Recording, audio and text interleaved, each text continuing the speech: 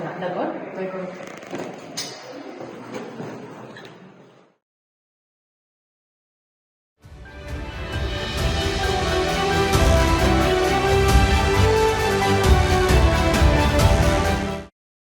Tu has pensat bé, Hafsa, n'estàs segura?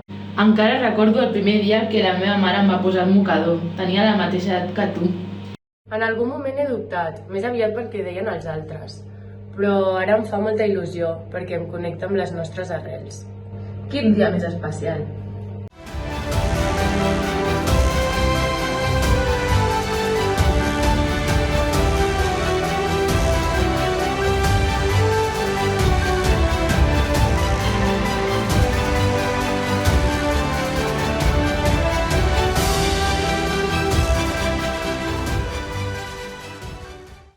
Va tot bé?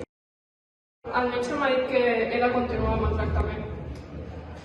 Laia, ha arribat el moment de tallar-te els cabells i posar-te el mocador. Mare, l'hauré de portar molt de temps?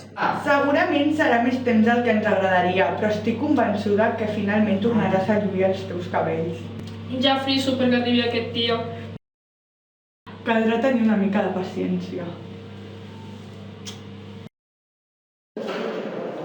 Et puc fer una pregunta? Tu també et sents observada? Porto el mocador des de fa molt poc i les mirades fan mal.